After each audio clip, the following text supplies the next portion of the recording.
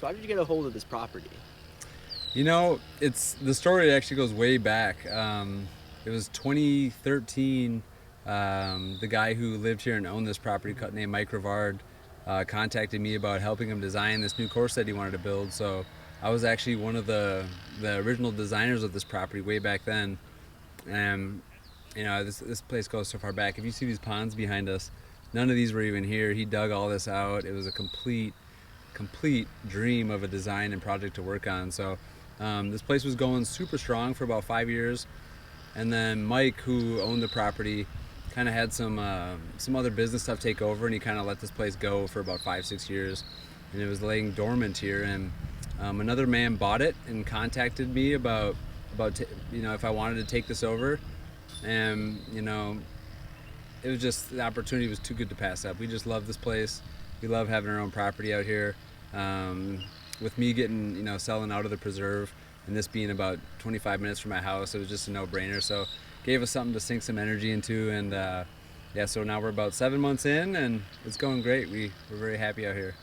So when you got the property, you said it was still not touched her for 5 or 6 years. What was it like? Well, if you can see the tall grass behind me, that's pretty much how everything looked. 18's fairway right here behind me was just, waist high grass everywhere, but the bones of this property were still here. Like, we did get all new baskets and a lot of new tee pads, but every hole already had a bench. There's waste baskets. There's such a good infrastructure here, so we were like, we could probably get this place revived without spending too much money, and we were able to like sell sponsorships for all the baskets and really kind of give us a little jump start. And we pulled it off in a few weeks. Yeah, cool.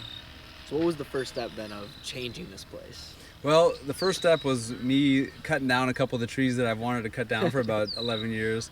When you get back in the woods, some of the lines, there's some fun holes back there, but some of the lines weren't super fair. So I was able to finally, cut the trees that I wanted, move tee pads where I wanted, baskets where I wanted, and kind of make everything as fair as I believe a course should be.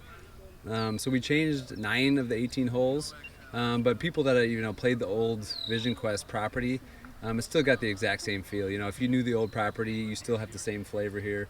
So I wanted to honor a lot of the old special holes and stuff like that, but while changing about half of it.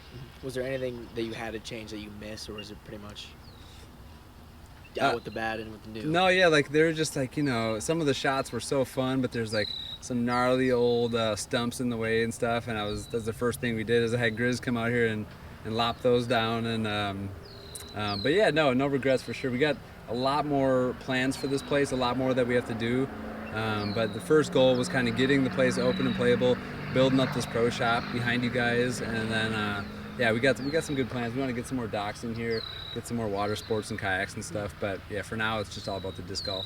Do you have any favorite addition or change that you made to this property? Yeah, the hole 5, about a month and a half ago, we built a brand new green back there. It was kind of like a tweener par 4. It's pretty easy for pro level, and we saw this kind of collection of 5 stumps back in the woods, and I was like, we got to use this somehow. So we cut out this brand new green, extended the hole, and put the basket up on a stump, and I think it's one of the holes that's got the most character now. So that's probably my favorite. That's good. What was the most difficult then part of all this? Of doing this? Yeah. I mean, just the sheer hours and time. It's like working out here. It's a ton of work. It's more than you can imagine. But it's just I never like, if I work a full day out here, I feel like energized almost because it's instant gratification on improving things. But luckily, my partner Odie is an absolute workhorse, and he built up this pro shop for us, built up this deck, and we're trying to just create a good environment right when you enter the hollows. But having Odie really helps because he probably works harder than I do, so that's good.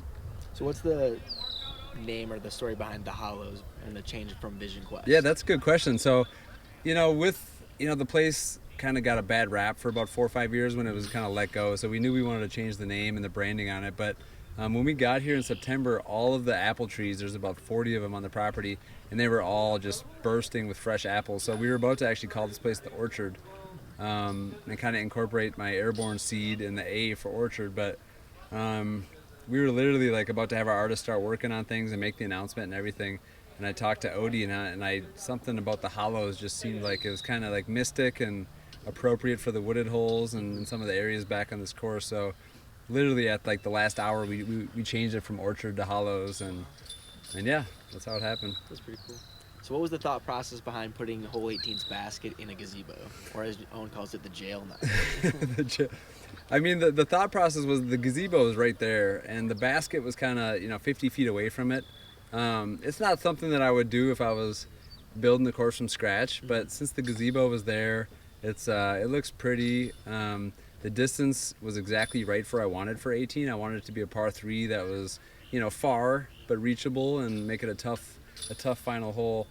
And with the gazebo there, I obviously didn't want to like tear it down or move it, and so I was like, well, let's just incorporate it and put it in there. Some people hate it, but I'm kind of fond of it. I think that adds to the thing, like with the hanging basket, all that, just the extra. Even Germ saying, "No, it's just a fun event." Yeah, I mean, and like honestly, like even if you get blocked up by one of those beams, you can straddle out around it. So it's not like unfair or anything like that. I think it looks good. Are the red tee pads like a kale thing? Like, is that like a you thing? I do like red. It's like rolling out the red carpet. I think it looks sharp. But the problem with the red is that once you get some mud on them, they just get dirty immediately. So for now, I like them, but I don't know. I kind of like the blacks because those things can get pretty filthy and you can't hardly even tell. But yeah, I think the reds, we bought a lot of them a few years ago and we've been putting them to use. Nice. What's the mindset then coming in as defending champion? Defending champ, I mean, the mindset is just to just fully enjoy myself and be present and be grateful that there's so many amazing pros in town. This is by far the biggest field we've ever had in the Majestic. So just playing fierce and trying my absolute best, but also enjoying every second and taking in the surroundings and thanking the fans and thanking my peers who are all dedicating their weekend to this because for a lot of these guys they play strictly pro tour events, so it means a lot that they dedicated their week to this. It means a lot to the Minnesota fans. So I would definitely love to beat them all because the Majestic is one of the oldest, most prestigious tournaments in America. Honestly, it's a 40-year-old tournament. Some of the best players in our sport literally are on that trophy. So it means a lot. And yeah, it's not going to be easy to defend with this field, but I know these courses better than anybody. So. Is this the first year the Majestic is playing both courses, or is... We actually played the old Vision Quest course in Blue Ribbon Pines back in like 2015. So this will be the second time that we've done it. Yep. Cool. Yeah. Is there got to be like a sense of when you're playing the courses that you've designed and played so often, do you feel a type of way when you're not performing the way as if you should? I mean, if I'm not performing well, I feel like pretty shitty no matter what course it is, if it's mine or somebody else's. But when I'm playing my courses, it's just like the little things. It's just like, seeing a spectator, a family of spectators sit behind a tree watching us, or just like seeing my friends enjoy it or say something nice about one of the holes or one of the changes we made. It's playing. I'm not going to say playing is an afterthought because once I get into the round, that's all I'm thinking about. But it's just like, I don't know, when we're playing an event that's mine and on a course that we play, it just feels different. I'm just very grateful all the time. That's cool. Try to be, at least. Do you think that the Hollows well, I guess I can ask you, does it have any aspiration of finding its way on the Pro Tour someday, or is that even not a thought? No, not this property. This property isn't big enough for the Pro Tour. There's not enough infrastructure for spectators. Like at the Preserve, we had over 45 acres dedicated to parking alone, and this whole place is 40 acres. So it's really not realistic for this property, and that's fine. This course is very recreationally fun. We like hosting events out here, and I enjoy playing this course all the time. It's not like overly difficult, but it's enjoyable. And yeah, I think eventually, hopefully in the near future, we'll find another property that we can get on the tour as well. But yeah, it would have to be a lot bigger than this. Cool. Is there any hole that you would call the signature hole out here? Yeah, gosh, it's tough. I love hole 3 right here because it's right next to the pro shop. We got a bunch of nice flowers and stuff planted, and you're throwing over a beautiful pond. But then the anthill, a lot of people are filming their shots on the anthill, trying to ace that one. That one's kind of a signature. I'd say it'd be a toss-up between those two. What do you think the hot score out here will be? I think I'll probably shoot like a 16 under. Oh, yeah. They're going to BRP now. What do you feel like the difference between playing 27 holes in a round is versus 18? Well, for me, it's nothing. We play 27 holes every year for the Majestic, so I think most of the people that play this event are used to that. But it's just the only difference in the mindset is just like knowing it's going to be a long round, and don't get too high or low if something bad or good happens early, because you got a lot of holes left that you got to maintain or else bounce back from. So yeah, just knowing and accepting it's going to be a long round, and being prepared, having plenty of snacks and beverages, and yeah, these guys are all pros. So what do you prefer then, BRP or the Hollows? I gotta say BRP. BRP is where it all started. It's the mecca for Minnesota disc golf. They started the pay-to-play scene in Minnesota, and they put in so much work out there. They have so many full-time employees, and they just do so much. So yeah, BRP all day. Cool. And that's all I got for you then. Thanks, bud. Cool. Thank you. So what makes you decide to play a tournament when you don't have to on a week off? Honestly, multiple reasons. I used to play the Majestic a lot back in the Kaposia Highland.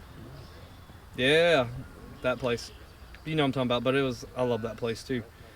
But history, knowing this event used to be prominent and is still prominent for the A-tier status, and double dipping, because I usually get here the day before Preserve every year. I've only played 3 times, but the 2 years before, I got there the day before. And then I had to leave basically right after, except for skins last year here. So I actually get to have a little time here because I like it up here. And just it was too fitting, you know. And Kel too, you know, Kel's my hero, man. That's who I want to be like in disc golf. And it's hard. I bet. Is there any difference you feel playing an A-tier versus an Elite Series event on tour? No, I just play every tournament like same, you know, honestly, they all make me nervous. Sometimes there's more pride, and it gets you more nervous, just like a Pro Tour, because you assume that you're supposed to get a top 5 or whatever thing. But I get more nervous at my local tournaments than I do any tournaments, because I'm trying to show off for my people. Not that I'm there now, but my local A-tier, I get more nervous than anywhere, because there's so much pride in it. And then they're always, you know, there's some shit talkers in Mobile, so they're like, oh, Ezra Robinson's coming over here, he's going to, you know, I'm like, oh, get me a little, and all those little things, you know. So, yeah. So have you played the old Vision Quest layout back in the day? That's my first day here. Oh, wow. Have you played the course then? 9 of them. 9, okay. So what are your first impressions of the 9 holes? It's old school. Old school, kind of par 3. I ain't been on those in a while, except for at Mobile. But I feel like I've heard people say old school like 4 times already. Can you explain what that means when you say that? more like on the par 3 regiment, like, Okay. and back then I would say like a lot of the longer par 3 courses were kind of like this, where they had like some 450s and a lot of 330s. Mm-hmm. So now, like, I don't know, it's just kind of got a little old-fashionedness to it. Cool. So that's like the biggest difference you think between like this course versus a tour on court or Mhm. course on tour. Cool. Any holes out here that stick out? I mean, you only played 9, but is there any holes that stick out to you? Definitely the one in on the mound. It kind of reminded me of a Europeanish kind of hole. It's kind of like the first part of the trip where I kind of told Luke and them I got to that hole and I started rolling my old Zuka across that shit, and I was like, man, I feel like I know I'm far away from home now. Like first part of the trip where I was like, okay, it felt foreign. That's fair. What are your thoughts on hole 18's basket in the gazebo? Oh, I love that stuff. Yeah. You think Yeah. there should be more of that in this Yeah. golf? I mean, maybe not too much. Once I like one elevated a hole, turn it like around. Okay. Sometimes I think the 3 elevated on Pro Tour is a little much. I just like one. Just one. Yeah, one the around's hanging. fine. Yeah. What about the hanging? I mean, basket? that's depends on how you hang it. I don't know about the loose weight. Kind of. Yeah. I mean, that's for funsies, I guess. But if you're trying to get serious, it gets. Yeah. So going to BRP now, what do you think the difference in between playing a 27-hole round versus an 18, if there is any to you? I get less nervous in the 27 because I know I can ease into the round, honestly. So I love them. And I used to play Southern National Disc Golf, but my dad ran a lot of multiple round 27-hole tournaments, especially in summertime, trying to, fit 150 people into one course. So, that was kind of the only way to do it, was to add extra holes. Mm-hmm. So I was kind of used to it my whole life, so I love it. I'm all about it. It's cool hearing like the older people, not saying you're old, older people. Oh, yeah, you called me old. Say that, and I hear like a lot of the younger people around here complain that they have to play more than 18, that their arms getting sore and stuff. So it's cool to hear that perspective. I like it. Yeah. Is there any hole that sticks out to you over at Blue Ribbon then? Oh, the hallway hole. That's the sickest hole in disc golf. Or definitely one of them. I mean, the way and now they kind of lean over more, and I kind of remember on some of those, and it just, to me, makes it even more epic looking, dude. I love that hole. Super sick. And then, yeah, that one. Yeah, cool. I know you've only played 9 holes, but what do you prefer, BRP or the Hollows? BRP? Yeah, didn't even have to think about it. Yeah, I like that place. That place has got mojo. Yeah, that's cool. Well, thank you. That's all I got. So what makes you decide to play a tournament on your week off? Yeah. What is a week off? Yeah, I mean, there's a couple different schools of thought. You can find the in-between filler tournaments, which I wouldn't call the Majestic a filler tournament, but it is bridging two Disc Golf Pro Tour events. So it's nice because we're already in the area. The community in Minnesota, up here in the Twin City area, has just been unreal. The fan support has been incredible. So like, I didn't really want to leave here yet. Sometimes it's like, what else are we gonna do?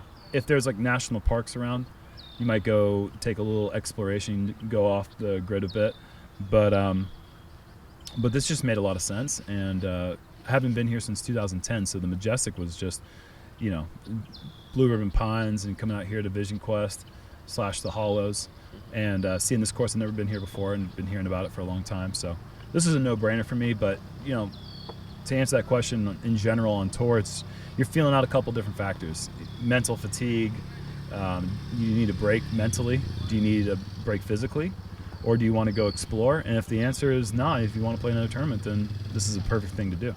Cool. You said you didn't play Vision Quest, or you have played Vision Quest? I've never played here before. This is like, I played a practice round a couple days ago, but yeah, first time I've ever seen this property. What are your thoughts on the course then? Oh, it's exactly the kind of course that I like to play when I'm not on the Disc Golf Pro Tour. In fact, I'd like to play more courses like this on the Disc Golf Pro Tour, but it's a little too easy, I think, for Pro Tour standards. We like to challenge a lot more par 4s, par 5s, and the rhythmic par 3, repetitive par 3 around the 300 and sometimes under 300. That's not really the direction that we're going with the Pro Tour these days. But this is the kind of course that reminds me why I like disc golf in the first place. A lot of technical shot shaping, and got to make some putts, and got to get creative on some of the greens and some of the approaches and uphill and downhill stuff. I mean, that's really fun for me, and for me it shows off the variety of the game, and that's what I really enjoy. So yeah, I think it's a lot of fun. So then, other than the course kind of being a little different, what are the other, like, does it feel different to play an A tier versus an Elite Series on Pro Yeah, Tour? it definitely does. There's a weight lifted in a way. There's so much pressure on every single throw on a Disc Golf Pro Tour event. Very often you can find yourself 1 to 2 strokes away from 10 to 15 placement points above where you just finished. And you start thinking about cash, and you start thinking about how many points you're getting, and if you do get in that mindset, it can certainly be a deterrent, and it can slow you down in your progress and your focus. And the best players are able to push that stuff aside. But for a player like me, like I'm one of the guys that's struggling to make it into the Pro Tour finals at the end of the year, and I've got to put some good performances together. And so I'm thinking about those things a lot. Coming to an event like this where points are just, how do you do this week? That's it. That's fun, and it takes away a lot of the pressures that come with playing on tour. It doesn't seem like you play a whole lot of A tiers, do you, or anything? I know you play Persimmon, but isn't that the other one? Yeah. I don't play a lot of A tiers, just because I do like to take a little mental break. I like to take a physical break. I'm 38 years old now, and it turns out I am not getting any younger. And it's hard physically. A lot of these courses that we play on tour are big courses, and the physical and mental battle can wear you down. And if you don't give yourself a break, by the time the end of the season comes around, you're playing the United States Disc Golf Championship. If you're playing that course in that tournament, mentally fatigued or physically fatigued, you're not going to perform well. And so you try to find ways to sparingly use what you have in your tank throughout the season. And for me, I took a nice little break in the month of May. I didn't play one competitive tournament except for a B tier in Japan in the month of May. And it was actually a 6-week break from the Champions Cup until Beaver State Fling. And that's a long time to take off. So I gave myself that break mid-season or early season, and now I'm back to trying to grind out tournaments. And so hopefully by the end of September, early October, I'm still physically ready and mentally ready to handle those last events. But yeah, it's you just really have to be aware of that while you're playing on tour. Do you feel like refreshed or anything after taking that little break off? You know, yes in some ways and no in some ways. Like I think the physical refresh is definitely apparent, but the mental stuff it's tough because when I was playing really well that part of the tour, a big win in Persimmon, top 5 at the Music City Open. Those are great finishes for me. I mean, those are great finishes for anyone. And to take that time off right after that with prior engagements I made before the season even started with doing DDO commentary and then going and doing Portland commentary, I knew that I was not going to be playing those 2 tournaments. So, it's like one of those times where you're just like, dang, like I kind of wish I was playing because I'm clicking into something right now. My putts are going in, my backhand drives are landing where I want them to. Wow, that's crazy. So, you hate to take that time off. So the physical part, yes, the mental part, it takes a little bit of time to get back into it. And I feel like I'm starting to get back to it now, but it's taken a few events to really get the mentality down. Gotcha. Heading back to the hollows then, is there any holes that stick out to you, either hard, bad design, favorite out there, anything? Nothing too negative. There's like one hole where there's a couple boards missing underneath the carpet tee. That's kind of fun. That's interesting.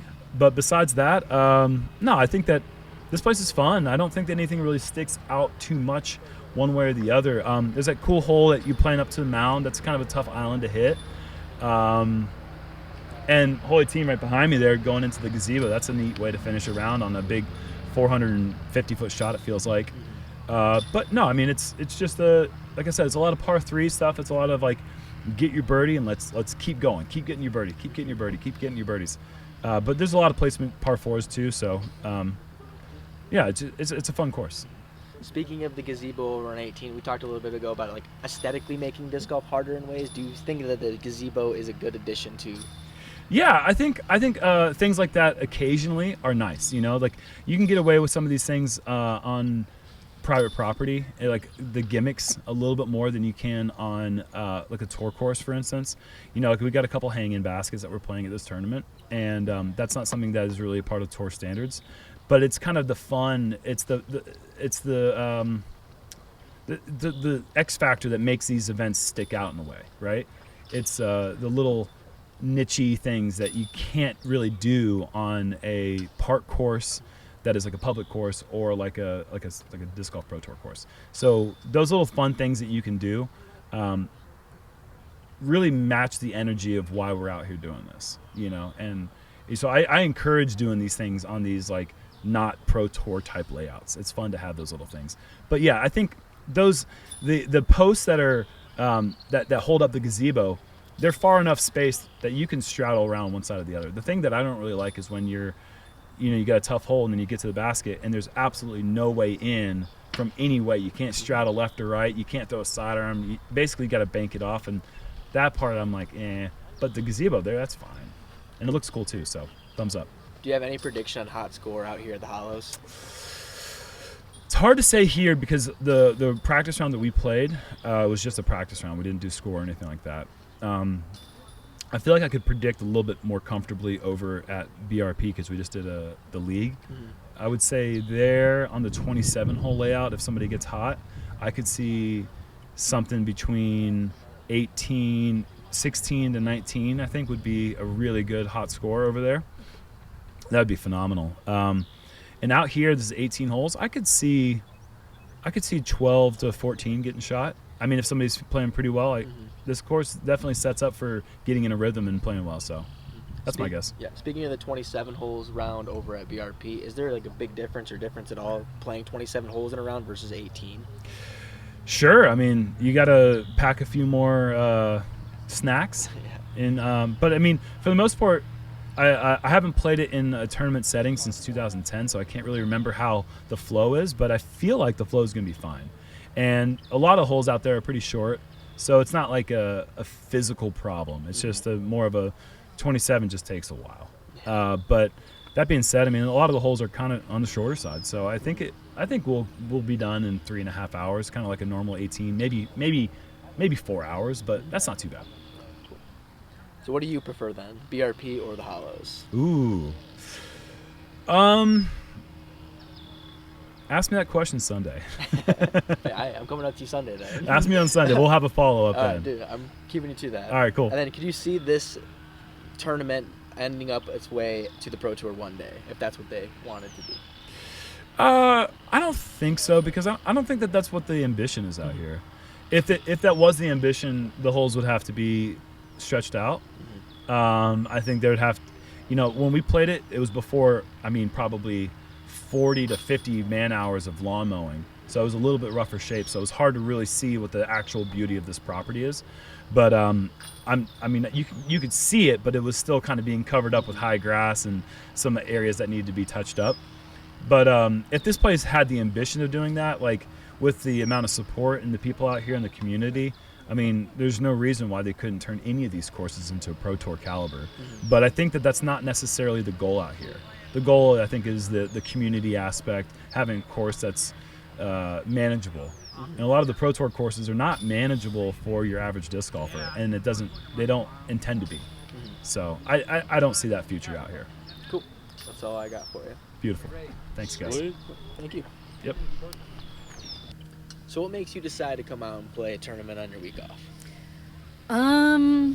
I have a lot of friends who telling me this is the most beautiful course, and it's just so challenging. Got a lot of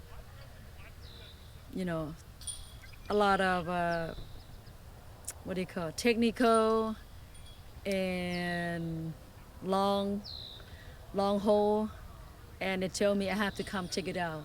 I said, well, yeah, why not? I have 1 week free, so that's why I play this one. So did it live up to what people were telling you? Do you like it? Oh my God, kidding me? I love both course. I love, what's that? The other one, BRP? BRP? Oh my God, beautiful. Very, very well taken care of the course. And then this hollow one, oh my God. Both of them, I feel like is have potential to be a Pro Tour.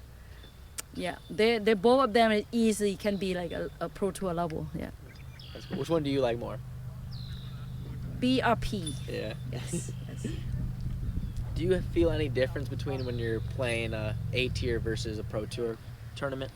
Oh no, I go 100%. Always. I always 100% my energy. Doesn't matter B tier, A tier, C tier. I get it all serious, I feel like win is win, I don't care if it's small or big, win is win, so yep. So what's the difference between this course versus some of the ones you've seen on tour? Or are they kind of the same? Well, most of them was like a more open course in the Pro Tour. They play like some woody, some golf course. But this one is just kind of like a woody, but it's not just only like a technical, but it's a long throw too. You need to have a long throw. And also like you need to be like place you want to be, plan where you want to land, and then go to the good upshot. They got it all on this one. I feel like I don't care you throw far or short. This court will guard you good. They have teeth. Yeah. Is there any holes that stick out to you that you like more, or just are cool? BRP hole 3, I believe. Hole 3 BRP, like the long straight one. I never see anything like that much in the Pro Tour. That's probably might be the first time I saw, like all the tree and the straight narrow. Like I play so many Pro Tour, like it's nothing like that. So very amazing. What's your game plan on that hole then? How are you attacking it? Lay up, lay up, lay up. That's not the one I know. Well, okay, here about that. Like I try to go for it, Yeah. and then if I hit the tree and lay up, and then There you go. well, I try to play for 4. So Yeah. So what's your thoughts over there on the basket and the gazebo on 18? awesome. Yeah. We need to we need to bring some drama on hole 18. You know what I'm saying? Like we need some like a OB line, some like high basket, and some like little gel. I can call that little gel to be a you need accuracy putt on hole 18 because look at that, come on, it's not that thing easy on that one. So yeah, I love that drama. So What about the hanging basket then? love it. Come on, you have to have some here and there, hanging basket. Like I don't think anybody hate those. Like we always play with like the pole one, but when you have hanging, everybody's always like surprising, but it's good surprising. I love those kind of things. I feel like it's fun. It's fun to putt with and bring a lot of drama. What do you think the hot score then will be out here? Or is there a score you're looking to shoot? For both course, For this one, let's say, the hollows. hollow, I think 5 down, I know. 5 or 6 down, but I'm pretty sure like I think even 3 should be okay. From 3 to 6 down, I think for women, and then for BRP it should be pretty much the same, 3 to 6 down. Yeah, 3 to 6 down should be good. Is there a difference in your head of playing 27 holes versus 18? Oh, okay, 27 hole. Same for that, yeah. Yeah, you know what? On I think it's on Friday we play 27, and then on Sunday You play 21. we play 21, right? 18 I think. Oh, yeah. 27, 18, 21. Oh, really? I think That's okay awesome. then. Even that, I know it's a big number for like 27 hole, but it's very technical birdie.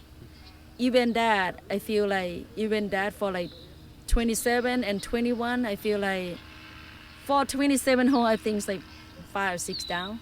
But for 21, I think maybe 3 or 4 down. I know it's a lot of birdie there, but like I said, it's very technical to birdie. Yeah. Do you feel any difference then? Like, are you more sore or anything playing more holes or tiring? Or is it just more holes you play them?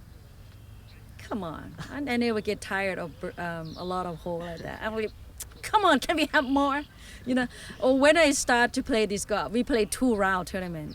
We play 2 round on Friday, 2 round on Saturday, and then 1 round on Sunday. This is nothing. 27 hole, you think it's gonna make me tired? Hell no. I'm here for play this golf, and I'm so exciting. And 27 hole will go fast on that round. Yeah. I think that's all I got for you then. Thank you. Thank you. So how does it feel coming off a 5th place finish in your 3rd top 5 on DGPT, or top 10 on DGPT? I mean, no other way to describe it. It feels great. My game feels like it's an all-time high for consistency. I feel like I've grown a lot mentally this year, and that's really contributed to my success in the physical gameplay. So we're moving on up, and it's a lot of fun out here. I just love disc golf right now. That's cool to have. How do you feel about this course then, the hollows? I love the change of pace. So obviously this isn't a Disc Golf Pro Tour Elite event or anything, but it's a pretty well-known, renowned eights here in the U.S. So I'm looking forward to playing this week, and I love the change of pace, getting to throw some slower discs. It's not something we have a whole lot out on the road. So being able to disc down this week and go back to my roots in a way to just get to throw my mids and putters a little bit more. I'm looking forward to it. It's a lot of fun out here. Do you feel any difference in your mindset when you're playing an A tier versus a tournament on the tour? I definitely think there is. I think there's a little bit more pressure to maybe make a run at the title this year. But like in an A tier, yeah, I would say I'm trying to play for the win. On the tour right now, the goal, the mindset's a little bit different. There's a little bit more room for error. So I'm really looking forward to this weekend, though. I like both courses. I feel comfortable out here, so yeah, I would definitely say I'm playing for the win this weekend. But see what happens. Mostly just have fun, and enjoy my time. What do you think the winning score for the weekend is going to be? We played 27 day one 27, 18, 21. through 3 rounds. I'm gonna say if you get to 40, I think 40 will be really solid on the weekend. Is there any difference when you're playing at 27 holes in a round versus 18? That's something I learned this week. I got to 18 on BRP, and I was definitely like, wow, it definitely feels like I should be done, but I still have 9 more holes to go. So I think it'll be a little bit different in tournament. You'll obviously have a little bit more adrenaline, more of that just kind of hyper-focused mindset. But definitely pacing myself, being patient. You have a lot more time to make up strokes in a 27-hole round as opposed to an 18-hole round. So I think getting off to a good start tomorrow obviously aids in any tournament, but especially out here, being able to just stay in a positive mind frame even when something goes bad, because out there's a lot of OB. You can find yourself in some interesting spots on Blue Ribbon Pines, but it's obviously very scoreable as well. So giving yourself a little bit of grace and just bouncing back from it is going to be super important instead of just digging yourself a deeper hole. Mm-hmm. What do you prefer, Blue Ribbon or the Hollows?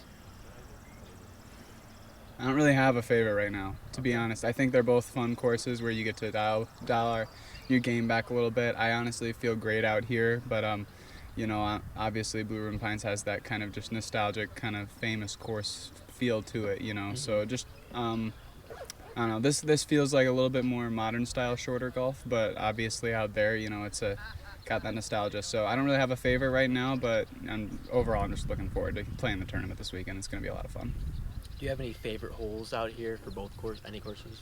For this course, favorite hole. I don't know. I feel like you gotta love 14 and 15, dropping putters up onto island holes out here. I think those are both cool holes back to back. At BRP, I really hole 18, last hole, sorry, not 18. I'm so used to calling 18 the last hole. 27's a lot of fun. 18 and 27 are both kind of iconic holes that you see on YouTube just growing up playing. Like, oh, we're out of Blue Ribbon Pines today, and here's hole 27. Like, it's got that nostalgia, that vibe to it. So I would say 18 and 27, and then 14 and 15 out here I feel like are pretty iconic, fun holes. So. What are your thoughts on the gazebo in 18? Oh, I think it's sweet. I think it's a vibe.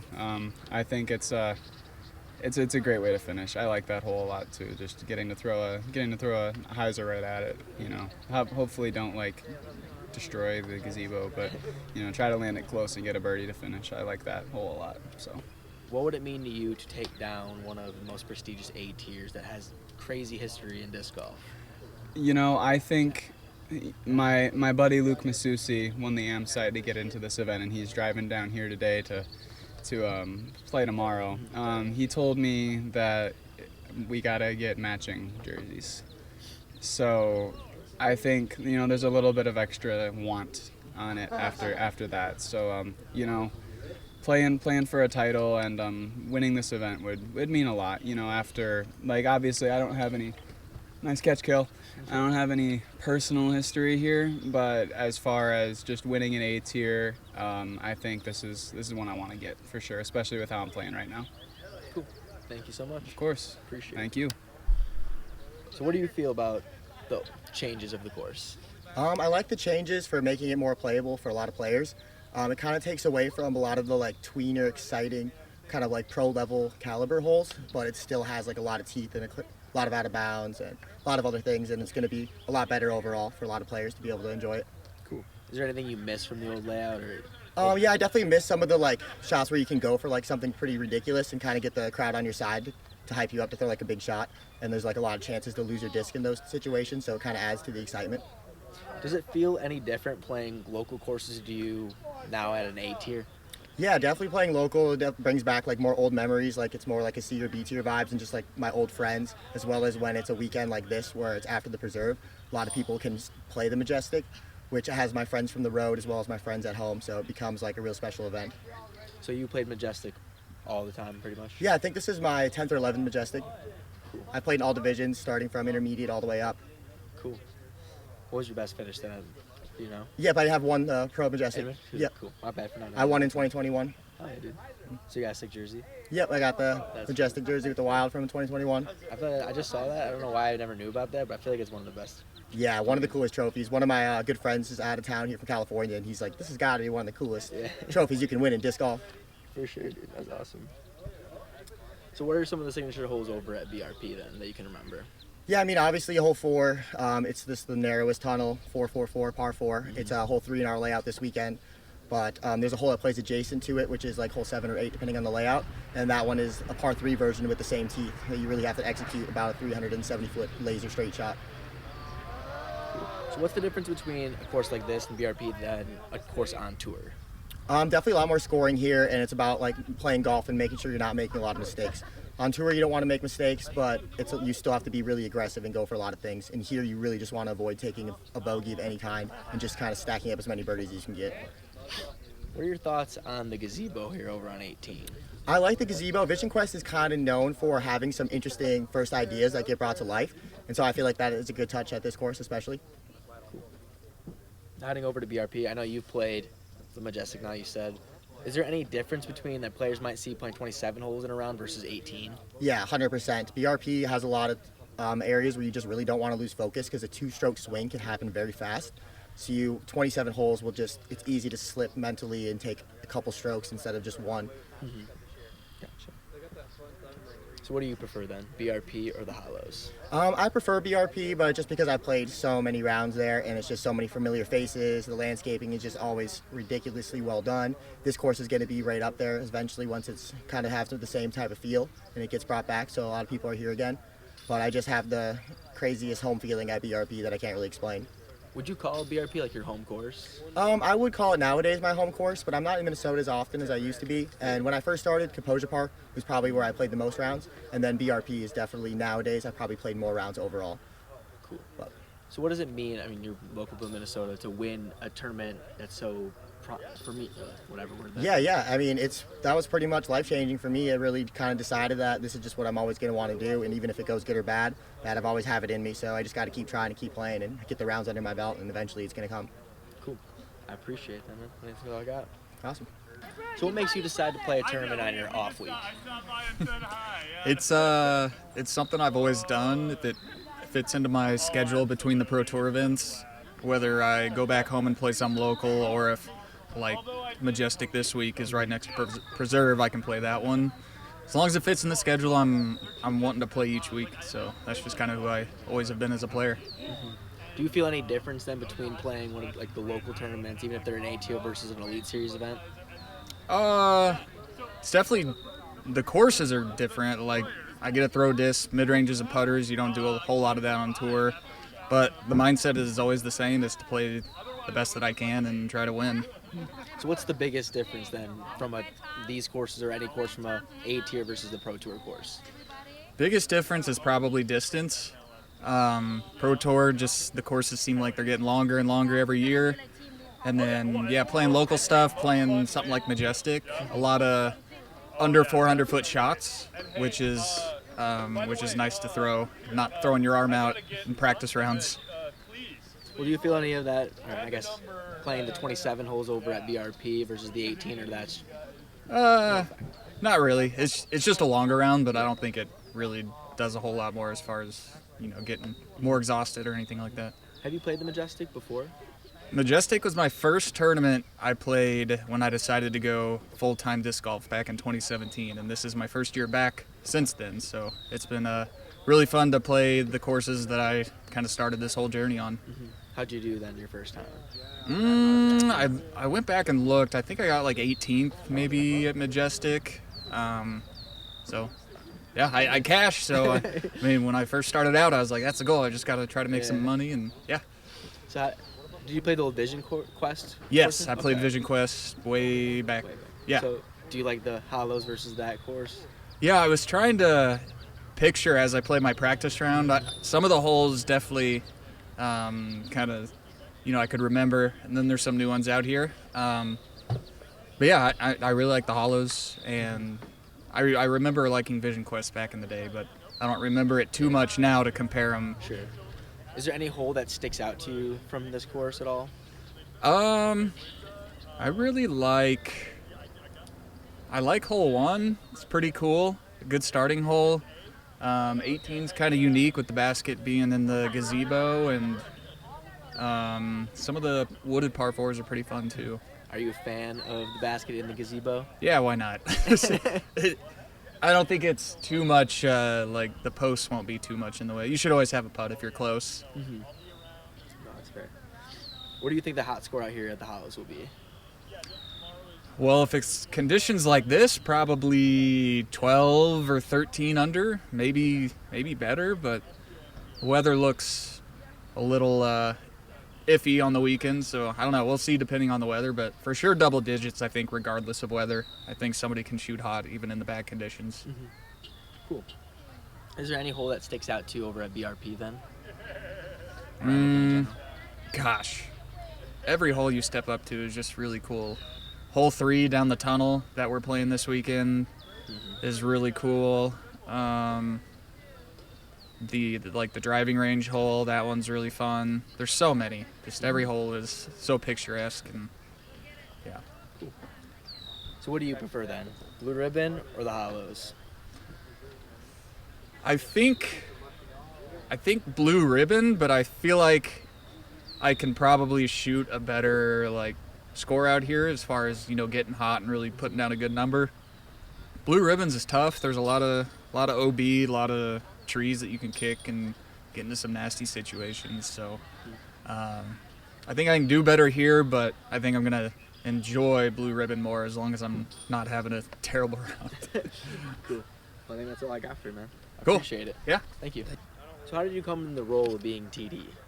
Oh man, I was initially a member at the Preserve, and I tried to help out as much as I could when I was there. And I think it just kind of happened naturally. Someone needed to pour beer for the hop and barrel guys that were out there at the Preserve early Preserve days, and then it turned into pouring beer the first day, selling shirts the second day, and then Kale and I kind of got to know each other a little bit better over the winter months.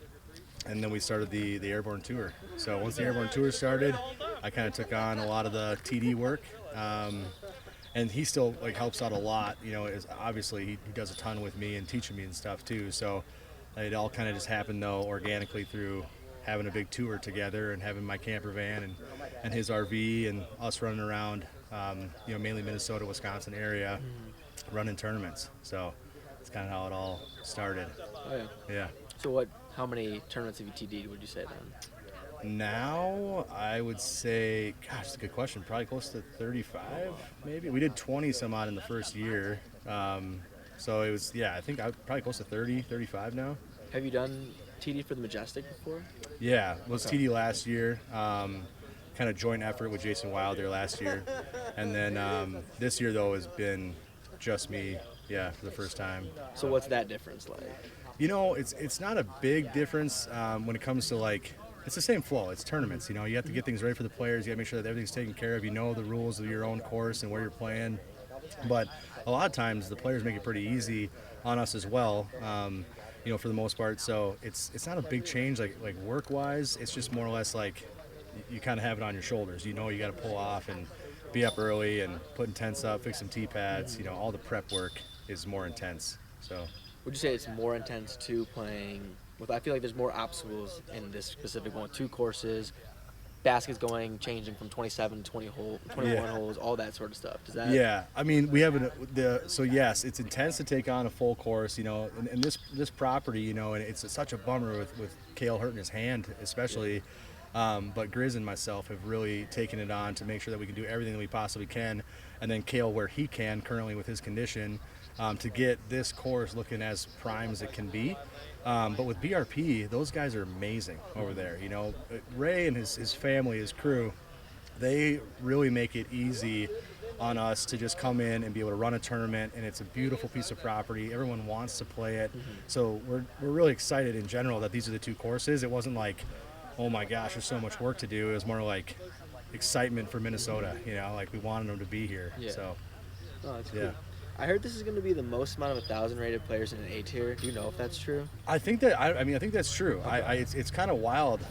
In turn, yeah. I mean, especially doing Elite Series events too now. In my book, it's been weird to think about it being just an A tier in Minnesota, but the timing of everything was so perfect. Right after the Preserve, having the time before Des Moines, that they could come here and they could play an A tier. That's a well-known tournament. It's been running for a long time, and usually people want to win it. So made it kind of easy when it comes to getting signups, and yeah, it filled up. I mean, with a lot of 1,000 rated more players. Yeah. So I think it's 56 or Yeah, it's a 63 or bunch. I don't know. There's a lot now. So Yeah. I haven't checked the numbers since running the Preserve, but Yeah. So what's it like for like an A tier having so many top names on the Pro Tour here? yeah. Well, it's kind of funny because it's almost like a step back, right, from like last week in Yeah. terms of with the Preserve. Because like you're running a ton of spectator lines, you're doing all the OB lines, you're preparing yourself for anything that would be, DGPT needed, versus like just Kale and I running a tournament. So it feels easier in a sense, but just with a little bit more. There's just a higher level of skill here. So I want these guys to really enjoy the course. So it's like when we're out mowing, we're taking care of things. We want there to not be anything that's on the course that would slow these guys down from throwing the best they can. So yeah, it's a little interesting. It's not too different, but Did you ever play the old Air or Vision Quest property? yeah. Oh, for sure. Want to describe how the change of or what that was like? Or- Yeah. I mean, it's I actually, when I was younger, lighter, I did do the zip line myself. One time, never again. Once I did it, it was like never again kind of moment. But yeah, the zip lines were out here. The petting zoo was out here. There was camping out here. There was a lot of things that were just not disc golf oriented. Yeah. So it was when we got out here and we worked with the city, Kale and I. It was just we tried to make it very obvious and apparent to those guys that all we're focused on is a disc golf course that's at a professional level that Kale and I can then operate and run, and there's no worriment then for the city, and we got approved to do it. And so far it's been nothing but praise from everybody. All of our neighbors seem to love us. They love to see how busy it is, and they trust us. So it's a different property in general nowadays. It's just more of a disc golf course than it was more of that extracurriculars, I guess you would say. Yeah. Yeah. Is there anything from that old property that you miss, or this is a?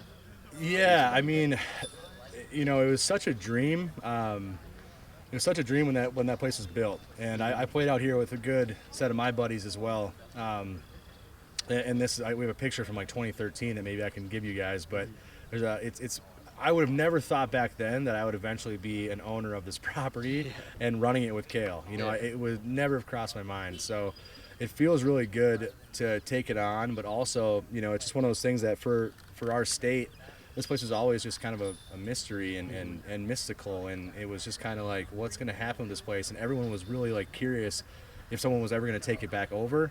And then you should have seen the praise that we had gotten once we decided to do it. So yeah, I don't know if I answered all No, of that, that. I Yeah. appreciate that. Yeah. So what's the thought process in putting hole 18 in the gazebo?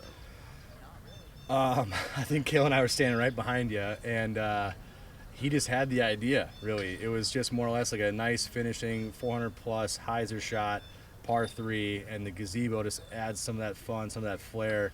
I don't like to use the word gimmicky because I don't think it's more of a gimmick thing. I think it's more of like a skill thing. When you have an obstacle in your way, or you're trying to get it into something or get it close, but then there's still pillars to deal with or something else.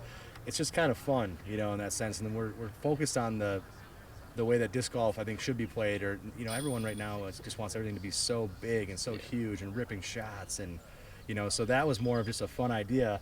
And there's other ideas I guess coming up that we can talk about, but it's just something he wanted to do, really. He just liked the idea of it, and he came up with it, and I was like, that sounds awesome. What a great way to finish, Yeah. So what does it mean to a player that ends up taking down the Majestic? Oh man, I think it's huge. Kale winning it last year and getting the jersey last year, and I was able to walk out onto the 27th green at BRP and hand it to him. I felt really good for him, just in general. But it feels like one of those ones that people want to check off. Mm-hmm. I don't know. I haven't been everywhere. Obviously, I haven't seen all these different tournaments, the ones that have a lot of nostalgia to them. But even like last night, Jake Brown, he stayed at my house, and he said, I love that it's just the Majestic, not presented by, not brought to you by, not sponsored by. It's literally just the Majestic, and there's something to be said about that when it comes to like more of the older style of disc golf in general. And so for us to carry on that torch, and then for these players to come out and win it, they're pumped. You know, they're super excited. They want to be out here. They want to be shredding. They want to have it be a, you know, it's kind of a birdie or die weekend, especially here and BRP. You got to get birdies to do well. So it's a little different than the Pro Tour, right? Because they're definitely playing on a course that they should shred, that they should do really well, and that's what we want too. Change a little pace, you know. But Well, I appreciate it. yeah, Thank you so much. was that it? That's it. Perfect, yeah. man. Super simple. Nailed it.